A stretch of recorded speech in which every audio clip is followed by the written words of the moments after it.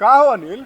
अरे भाई तू इतना परेशान लग रहे हो, अब इतना दिन के बाद भेटाए हो, का हाल चाल है? अरे भाई दीपक भाई, अब परेशानी नहीं पूछना है। काहे? बहुत परेशानी है, बहुत परेशान हम हैं। ए भाई पहेली वाली मत बुझाओ, सीधा सीधा बोलो का परेशानी है? सीधा सीधा नहीं भैया, एकदम बहुत गड़बड़ है। उसकी मेहरारू इतना रो रही है, इतना रो रही है कि उसका रुआई देखकर हम कोरोना आ गया भैया।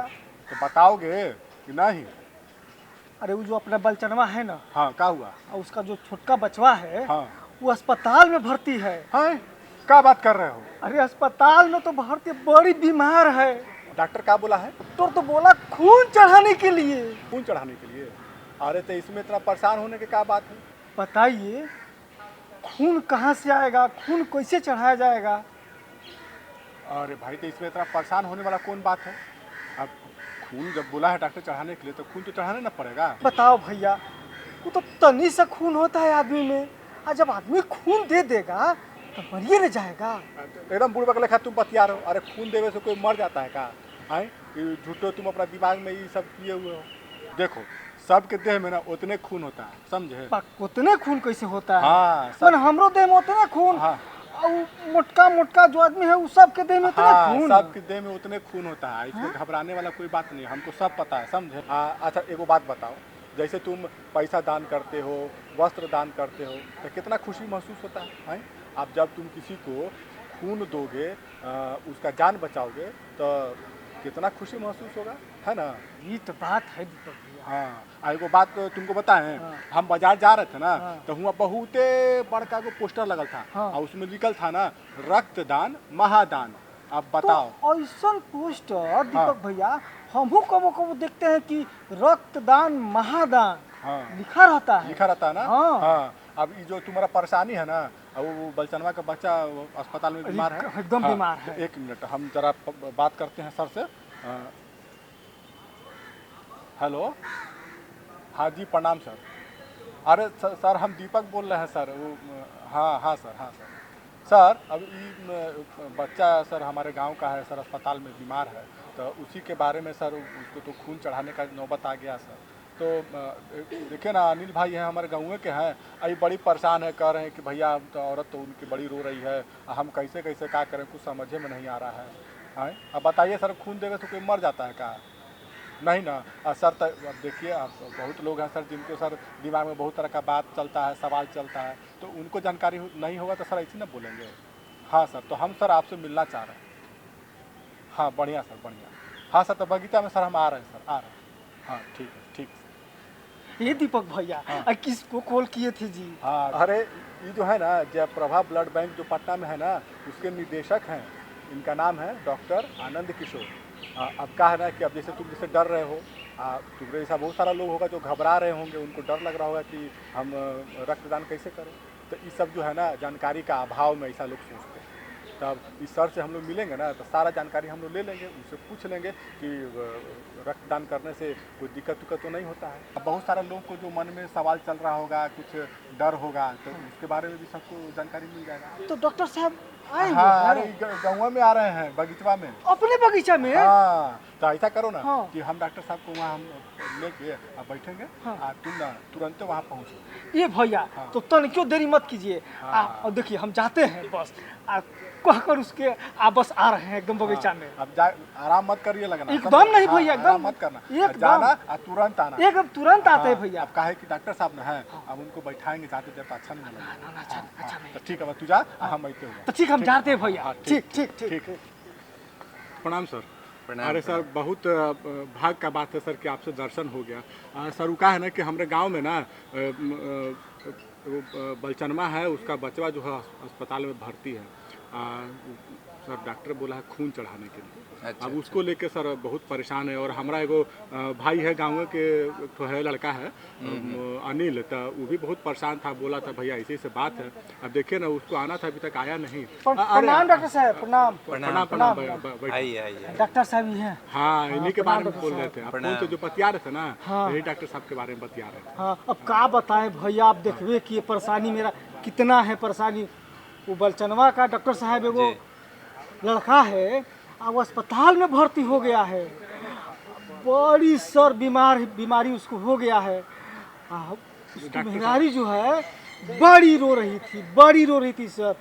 आप तो कहे कि दीपक भैया से भेंट हो गया, इस पे बोले कि नहीं डॉक्टर साहब से हम कैसे कैसे बात करते हैं, सो वहाँ पर बातचीत होने से समाधान हो जाएगा। तो हम बोले हाँ भैया बातचीत कीजिए ना। तो डॉक्टर साहब बस उसी के विषय में सर हम हम लोग लोग इसी पर हम लोग आज बात करेंगे सर कि जो डॉक्टर ने बोला है ब्लड चढ़ाने के लिए बच्चे को, तो सर ब्लड हम लोग सर कहाँ से ले सकते हैं सर, ब्लड कैसे मिल सकता है? देखिए ऐसा है कि किसी भी व्यक्ति को किसी भी समय ब्लड की आवश्यकता पड़ सकती है। ये एक आकस्मिक स्थिति होती है जिसमें कि ब्लड का अभी तक कोई विकल्प नहीं है। अगर किसी को ब्लड की आवश्यकता होती है तो ब्लड ही चढ़ाना पड़ेगा, उसके बदले में कोई दूसरी दवा या कोई दूसरा फ्लूइड कारगर नहीं होता है। इसलिए अमूमन लोगों को ब्लड की आवश्यकता पड़ती है जब वे बीमार पड़ते हैं बहुत ज़्यादा, जैसा आपने बताया कि बहुत ज़्यादा उनकी तबीयत ख़राब है या किसी का एक्सीडेंट हो जाता है या फीमेल लोगों में कभी कभी रक्तस्राव अधिक हो जाता है या डिलीवरी के समय में ब्लड की आवश्यकता पड़ती है। तो इन सब स्थितियों में ब्लड की ज़रूरत पड़ती है और तब जो चिकित्सक रहते हैं वो उनके अभिभावक को बताते हैं कि भाई आप ब्लड 1 यूनिट 2 यूनिट ब्लड का इंतज़ाम कीजिए। तो उस स्थिति में जो भी अभिभावक हैं वो किसी लाइसेंस प्राप्त ब्लड बैंक से ही ब्लड लें। डॉक्टर साहेब भैया से हम पूछ रहे थे तो बताए कि यार तुम भी दान कर सकते हो अपना खून। बताइए डॉक्टर साहब हमारा जैसे आदमी भी दान कर सकता है? प्रत्येक स्वस्थ व्यक्ति दान कर सकता है। सर तो यहाँ पर हम ये जानना चाहेंगे, हमारे गांव घर के दर्शक भी जानना चाहेंगे कि किस तरह का व्यक्ति रक्तदान कर सकता है, मतलब एक रक्तदान जो करने की प्रक्रिया है वो किस तरह से फिट होना चाहिए व्यक्ति को? हाँ बिल्कुल, बहुत अच्छा आपने क्वेश्चन किया कि किस तरह के व्यक्ति, किस तरह के स्वस्थ व्यक्ति रक्तदान कर सकते हैं, उनमें क्या क्या विशेषताएं होनी चाहिए। तो सबसे पहले है कि जो रक्तदान करने वाले हैं उनकी उम्र 18 साल से लेके 60 साल तक होनी चाहिए। अगर वे नियमित रूप से रक्तदान करते हैं, मतलब बहुत से ऐसे लोग हैं जो साल में 2 बार 3 बार ब्लड डोनेट करते हैं। आप हर 3 महीने पे ब्लड डोनेट कर सकते हैं, महिलाएं हर 4 महीने पे ब्लड डोनेट कर सकती हैं। महिला भी मतलब डोनेट कर सकती है? कर सकती हैं, बिल्कुल कर सकती हैं, लेकिन वो एक बार ब्लड डोनेट करती हैं उसके बाद 4 महीने के बाद ही ब्लड डोनेट कर सकती हैं। तो पहला तो ये है कि जो महिलाएं हैं वो ब्लड डोनेट कर सकती हैं जिस समय उनका मासिक धर्म चलता रहता है। उस समय वो रक्तदान करने से अपने आप को रोकें, क्योंकि उस समय ऑलरेडी ब्लड लॉस होता रहता है। तो जो रेगुलर डोनर हैं वो 65 साल तक कर सकते हैं। अच्छा, 18 साल से 65 वर्ष तक? हाँ, लेकिन 18 से 60 साल तक। अच्छा, 18 से 60 साल जी। और जो रेगुलर डोनेट करते हैं, जो साल में 2 बार डोनेट कर रहे हैं, वो 65 साल तक डोनेट कर सकते हैं। दूसरी विशेषता होनी चाहिए कि जो डोनर है उसका उम्र 45 केजी से ज़्यादा होना चाहिए, क्योंकि उसी हिसाब से हमारे शरीर में रक्त की मात्रा रहती है जिसको हम लोग सुरक्षित तरीके से निकाल सकते हैं। एक यूनिट निकालना रहता है ब्लड, अगर उनके शरीर में कम ब्लड रहेगा तो उनको परेशानी होगी। इसलिए वज़न के हिसाब से उनके शरीर में इतना रक्त रहता है कि 1 यूनिट उनसे सुरक्षित तौर पे निकाला जा सकता है। तो सर जी हम रक्तदान कहाँ कर सकते हैं? आप किसी भी लाइसेंस प्राप्त ब्लड बैंक में सुरक्षित तरीके से जाके बेझिझक जाके ब्लड डोनेट कर सकते हैं। उसमें कोई शुल्क आपसे नहीं लिया जाएगा, किसी तरह का आपको शुल्क देय नहीं है। और जब भी आप ब्लड डोनेट करेंगे स्वैच्छिक रूप से करेंगे तो आपको एक रक्तदाता कार्ड मिलेगा। अच्छा, कार्ड भी मिलेगा? बिल्कुल बिल्कुल। और ये रक्तदाता कार्ड 6 महीने तक वैलिड रहता है। और ये रक्तदाता कार्ड की विशेषता ये है कि आपको ब्लड की आवश्यकता पड़ने पर, अगर जो ब्लड ग्रुप की ज़रूरत आपको है वो ब्लड ग्रुप उस ब्लड बैंक में उपलब्ध है, तो आपको उस समय बिना डोनेट किए हुए उस कार्ड के बेसिस पर आपको यूनिट मिल जाएगा।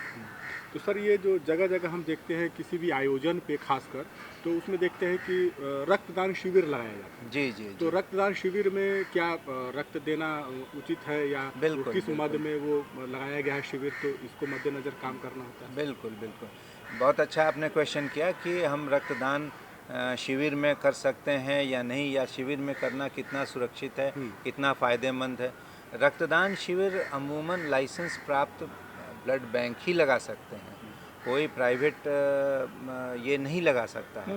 तो जब भी लाइसेंस प्राप्त ब्लड बैंक इस तरह के रक्तदान शिविर का आयोजन करते हैं, तो उसमें आप बिल्कुल बेझिझक जाके ब्लड डोनेट कर सकते हैं।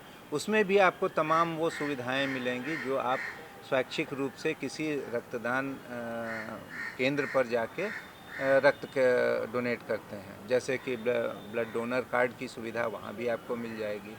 वहाँ एक सुविधा है कि आप अपने सुविधा के अनुसार कर सकते हैं। जैसे आप देखें कि आज गांधी मैदान में ब्लड डोनेशन कैंप लगा हुआ है, तो अगर आपके पास मौका है तो आप वहाँ जाके डोनेट कर दीजिए, और नहीं तो फिर आपको ब्लड बैंक जाके डोनेट करना पड़ेगा। तो जब ब्लड बैंक आपके दरवाजे पर आया हुआ है तो वहीं डोनेट कर दीजिए। सर अकस्मात जो जैसे ज़रूरत पड़ती है ब्लड की, तो उसमें क्या होता है कि अचानक से आपको ब्लड की ज़रूरत है, तो अगर ब्लड बैंक में हम संपर्क करते हैं तो क्या उसका कोई प्रोसेस है सर कि हमको ब्लड कैसे मिलेगा वहाँ से? जी हाँ, जी हाँ। ब्लड प्राप्त करने के लिए एक डेफिनेट प्रोटोकॉल है, जिसमें कि जिस अस्पताल में आपके मरीज भर्ती हैं वहाँ के डॉक्टर एक पर्ची लिख के देते हैं जिसको रिक्विजिशन स्लिप कहा जाता है। अच्छा। वो रिक्विजिशन स्लिप जिस ब्लड बैंक से ब्लड मंगाना है उनके नाम से वो इशू करते हैं, और उसमें मरीज का पूरा विवरण लिखा रहता है, किस तरह का ब्लड चाहिए वो उसकी विवरणी लिखी रहती है, और कितने यूनिट की आवश्यकता है। किसी को एक ही यूनिट की ज़रूरत पड़ती है, किसी को 2 यूनिट की पड़ती है, किसी को 3-4 यूनिट की ज़रूरत पड़ती है। तो ये सारा डिटेल्स उसमें लिखा रहता है। इसके अलावा मरीज का ब्लड सैंपल भी आपको ब्लड बैंक ले जाके देना पड़ता है। अच्छा। तो डॉक्टर साहब, हमको ये बात समझ में नहीं आ रहा है कि अगर रक्तदान करने से रक्तदाता को क्या क्या फायदा है? हाँ, ये भी आपने बहुत इम्पोर्टेंट क्वेश्चन किया है कि रक्तदाता को क्या फ़ायदा है। सबसे बड़ा तो फ़ायदा ये है कि आप रक्तदान जब करते हैं तो आप में एक कॉन्फिडेंस आता है कि हाँ भाई हम ब्लड डोनेट कर सकते हैं। अमूमन ये देखा जाता है कि जिन लोगों ने पहले कभी ब्लड डोनेट नहीं किया है उनके मन में एक संशय रहता है, पता नहीं हम ब्लड डोनेट कर पाएंगे कि नहीं, ब्लड डोनेट करने के बाद हमको कहीं चक्कर तो नहीं आने लगेगा, कहीं कमजोरी तो नहीं हो जाएगी, हमको आराम करने की ज़रूरत नहीं पड़ेगी।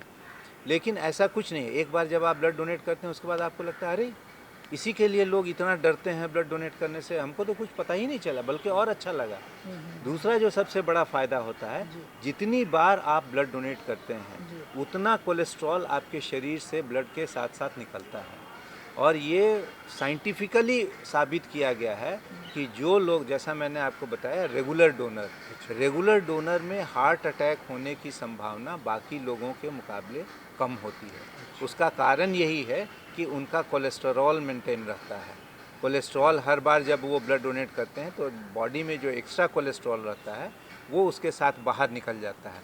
नतीजन उनके ब्लड में कोलेस्ट्रॉल की मात्रा घट जाती है।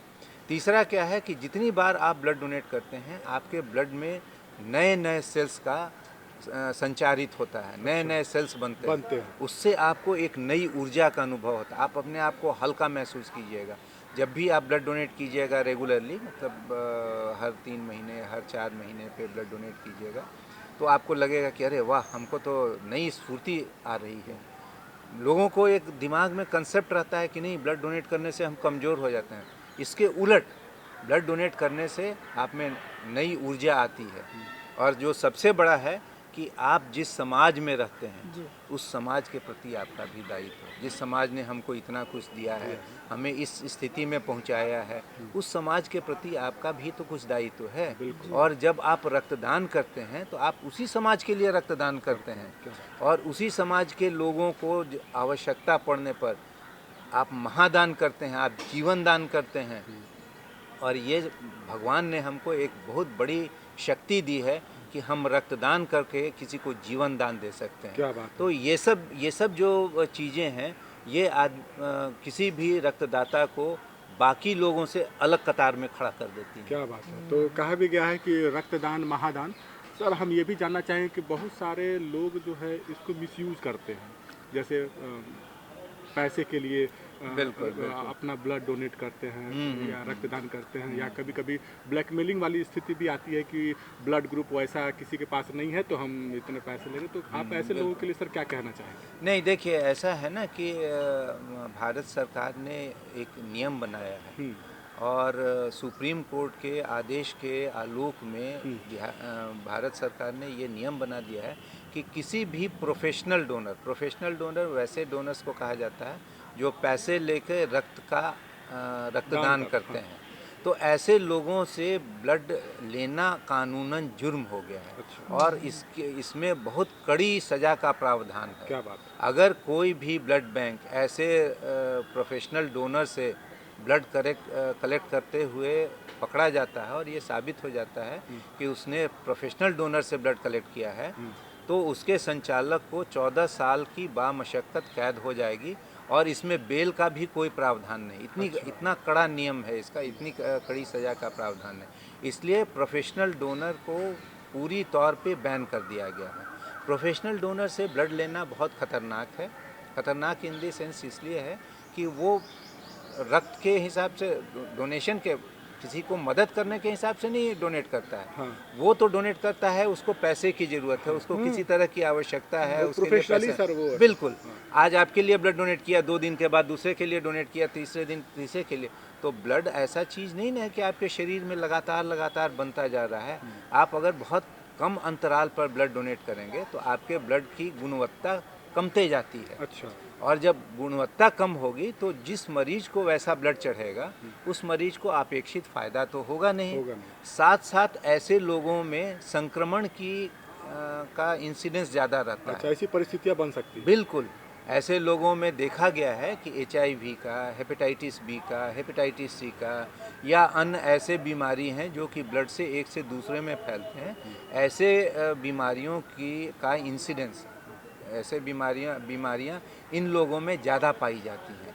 इसलिए प्रोफेशनल डोनर का ब्लड लेना तो जानलेवा हो सकता है। सर अभी पिछली बार सर बता रहे थे कि अगर लगातार आप रक्तदान कर रहे हैं तो एक कार्ड मिलता है। जी। तो सर उस कार्ड का क्या क्या फायदा है? हाँ, देखिए ये बिहार सरकार में बहुत अच्छी सुविधा लोगों को मिली है कि आप जब भी रक्तदान करते हैं तो आपके पास एक डिजिटल डोनर कार्ड जाता है। डिजिटल डोनर कार्ड से क्या फ़ायदा होता है कि आप कहीं भी रहें, आपके पास वो मोबाइल में डिजिटल डोनर कार्ड रहेगा और अगर आपके किसी भी संबंधी को ब्लड की आवश्यकता पड़ती है तो वो मान लिया दूसरे शहर में भी है, दूसरी जगह पर भी है, आप वहाँ पर उपलब्ध नहीं भी हैं, तो भी आपके जो मरीज के अभिभावक हैं वो ब्लड बैंक में जाके आपसे कांटेक्ट करेंगे, आपसे डिजिटल डोनर कार्ड का नंबर उस ब्लड बैंक में देंगे और फिर ब्लड बैंक वाला आपको आपके मोबाइल पर एक OTP भेजेगा। वो OTP आप अपने मरीज के अभिभावक को दे दीजिएगा और वो जब ब्लड बैंक में वो OTP देगा तो ये माना जाएगा कि नहीं, जो ब्लड लेने आए हैं वो जेन्युइन डोनर के संबंधी हैं और उनको ब्लड इशू कर दिया जाएगा। प्लेटलेट्स जो है अगर किसी को ज़रूरत पड़े या प्लाज्मा की ज़रूरत पड़े तो सर वो कहाँ संपर्क करेंगे और इसके लिए क्या करना होता है? बिल्कुल, बहुत आपने अच्छा क्वेश्चन किया। ब्लड के अमूमन कई घटक होते हैं। ज़्यादातर ब्लड बैंक में होल ब्लड इकट्ठा किया जाता है। होल ब्लड मतलब जैसा ब्लड हमारे शरीर में दौड़ता है उसको होल ब्लड कहते हैं। लेकिन कुछ ऐसे ब्लड बैंक रहते हैं जहाँ पर ये होल ब्लड इकट्ठा करके और इनसे इनके घटक को मतलब रेड सेल को, लाल रक्त कणिकाओं को, प्लेटलेट्स को, प्लाज्मा को, क्रायोफैक्टर्स को, ये सबको अलग अलग करके स्टोर किया जाता है। अच्छा। सबका अलग अलग टेम्परेचर है, सबका अलग अलग स्टोरेज टाइम है और ज़रूरत के हिसाब से अब हर मरीज को उसकी आवश्यकता के अनुसार ब्लड घटक ही सप्लाई किए जाते हैं। इससे एक फ़ायदा क्या होता है कि जैसे मान लिया अगर आप होल ब्लड लेते हैं और किसी को होल ब्लड देते हैं तो आप एक मरीज से लिए एक डोनर से लिए हुए ब्लड से एक ही मरीज को फ़ायदा पहुंचा सकते हैं। लेकिन अगर उससे आप 3 या 4 घटक बनाते हैं तो उससे 4 मरीजों को फ़ायदा होता है। तो एक मरीज एक डोनर ब्लड डोनेट कर रहा है और उससे 4 मरीजों को फ़ायदा हो रहा है। और उससे भी बड़ी बात है कि जिस मरीज को जिस चीज़ की ज़रूरत है वही चीज़ उसको मिल रही है। बिल्कुल। तो ये भी जैसा मैंने आपको बताया कि जिस अस्पताल में आपके मरीज भर्ती हैं वो अस्पताल रिक्विजिशन स्लिप में लिख के देता है कि हमको प्लेटलेट की आवश्यकता है, हमको प्लाज्मा की आवश्यकता है, हमको रेड सेल की आवश्यकता है, हमको क्लॉटिंग फैक्टर्स की आवश्यकता है। इस तरह से वो रिक्विजिशन देते हैं और उसके अनुसार ही मरीज को ब्लड सप्लाई किया जाता है। लोगों के मन में बहुत सारी भ्रांतियां होती हैं कि ब्लड देने से कमजोरी आती है या चक्कर आता है। कुछ लोग तो कहते हैं, अभी से अनिल भी आप बोल रहे थे कि बताइए हमारे देह में तो खून नहीं है, खून देंगे तो मरिए जाएंगे। तो सर ऐसे लोगों के लिए आप क्या कहना चाहेंगे? देखिए, ब्लड देना आज के समय में बिल्कुल सुरक्षित है और ब्लड डोनेट करने के पहले ब्लड बैंक में आपके अच्छे तरह से जांच कर ली जाती है कि आप ब्लड डोनेट करने में सक्षम है या नहीं है। अच्छा। आप वहाँ सक्षम जांच भी होती है हैं, आपकी? बिल्कुल। हाँ। वहाँ पे आपके हीमोग्लोबिन की जांच होगी, आप में ऐसे बीमारियों की जांच होगी जो ब्लड से एक से दूसरे में ट्रांसमिट हो सकते हैं। ऐसे लोगों की जांच होने के बाद ही आपका ब्लड दूसरे को दिया जाता है। और ब्लड डोनेट करने के पूर्व भी डोनर की बहुत अच्छे तरीके से ठोक बजा के जांच कर ली जाती है कि उसको ब्लड डोनेट करने के बाद किसी तरह की कोई परेशानी तो नहीं होगी। तो आज के समय में ब्लड डोनेशन बिल्कुल सुरक्षित है। बहुत लोगों को ये भी लगता है कि ब्लड डोनेट करने से हमको किसी तरह का संक्रमण तो नहीं हो जाएगा, किसी तरह का इन्फेक्शन तो नहीं लग जाएगा। आज के ज़माने में पूरा का पूरा ब्लड डोनेशन प्रोसीजर बिल्कुल स्टेराइल है, किसी तरह के कोई इन्फेक्शन होने की कोई गुंजाइश नहीं रहती है। चलिए सर, बहुत अच्छा बात दीपक है। भैया, हाँ। अब तो एकदम हम टन हो गए। हाँ, एकदम अब रक्तदान सुन हम लिए ना, करेंगे। तो तुम मन में चल रहा था, तुम डर रहे थे, बेकार ना डर रहे थे, हाँ, तुम झूठो डर रहे थे तुम। एकदम हाँ, बिल्कुल, बिल्कुल, अब एकदम। सब कितना बढ़िया हम बात तो बता सर दी सब है। यही सभी कहेंगे। स्वस्थ लोगों को आगे आके रक्तदान करना चाहिए। हम तो सर सब यही कहेंगे कि सर हम तो समझिए गए। हाँ। हमारे दर्शक बंधु को दर्शक आप- भी समझ गए। क्यों आप संदेश क्या देना चाहेंगे? हाँ, मैं सभी स्वस्थ लोगों को जो रक्तदान कर सकते हैं, जो रक्तदान की आयु में है, मतलब 18 से 60 साल की उम्र में, सभी लोगों से आग्रह करूंगा, सभी लोगों को ये कहूँगा कि आगे आके ब्लड डोनेट करें ताकि जीवन दान कर सकें, लोगों को महादान दे सकें और समाज की स्वस्थ परंपरा का निर्वहन करते रहें। सर आपसे सर मिलकर बहुत खुशी हुई और हमारे गांव घर के दर्शकों को भी काफ़ी कुछ जानने समझने को मिला कि ये जो ब्लड बैंक और ये ब्लड से जुड़ी हुई जो जानकारियां हैं सर बहुत अच्छी लगी। सर आप यहां पर आए और हमारे दर्शकों को इतनी अच्छी अच्छी जानकारियां दी सर, इसके लिए आपका बहुत बहुत धन्यवाद। धन्यवाद। हाँ, तो कितनी अच्छी बात सर ने बताई, रक्तदान महादान और एक सामाजिक दायित्व भी हमारा बनता है, तो रक्तदान करना ही चाहिए और इससे हमारे समाज में एक आत्मविश्वास भी बढ़ता है, हम लोगों का भी आत्मविश्वास बढ़ता है, तो ये बहुत अच्छी बात है। हम लोग जो चर्चा कर रहे थे इसके बारे में अगर आपके मन में कोई विचार आ रहा होगा या आप हमसे कुछ पूछना चाहते हैं तो आप हमें हमारे पते पर लिख सकते हैं। हमारा पता है कार्यक्रम गाँव घर, निदेशक दूरदर्शन केंद्र, फ्रेजर रोड पटना 8,01,000 और हमारा ईमेल आईडी है directorddkpatna@gmail.com। तो और ये हम तो हो गई। आपको छोड़े चलते हैं इस प्यारे से लोकगीत के साथ।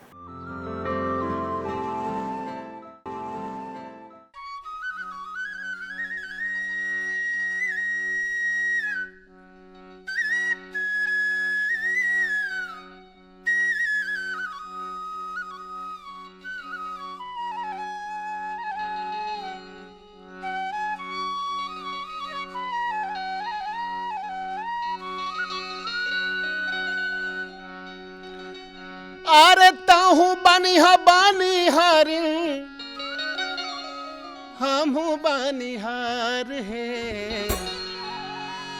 अरे चलो चलो गोरिया नदिया के पार है, चलो चलो गोरिया नदिया के पार है। ताहू बानी हारिन ताहू बनिहा बानिहारिन हमहू बानिहार हैं। चलो चल गोरिया नदिया के पार है। चलो चल गोरिया नदिया के पार है।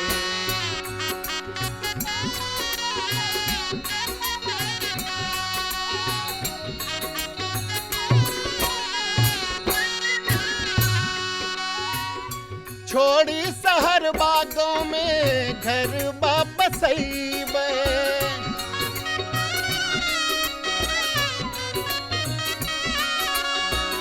छोड़ी महलिया दहिया मटिया लगईबे।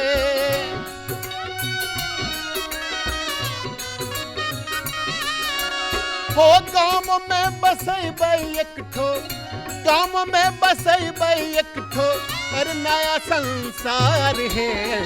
चलो चल गोरिया नदिया के पार है। चलो चल गोरिया नदिया के पार है।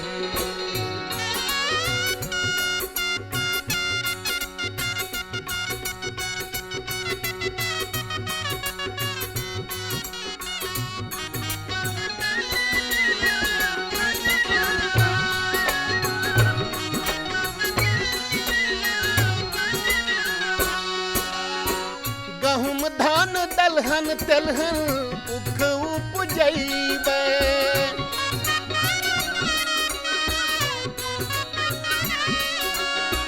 साग सब्जी मकई फलों से खेतवा लहरैबे।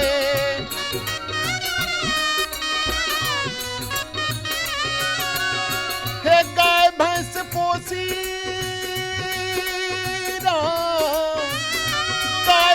पोसी बहैबे दूध के धार है। चलो चल गोरिया नदिया के पार है। चलो चल गोरिया नदिया के पार है।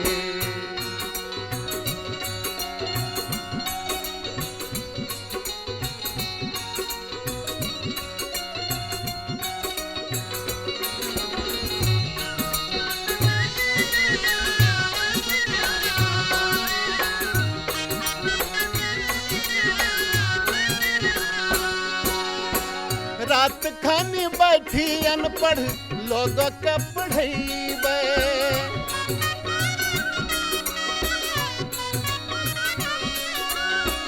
देशों के खातिर अपनो मथबो चढ़ैबे।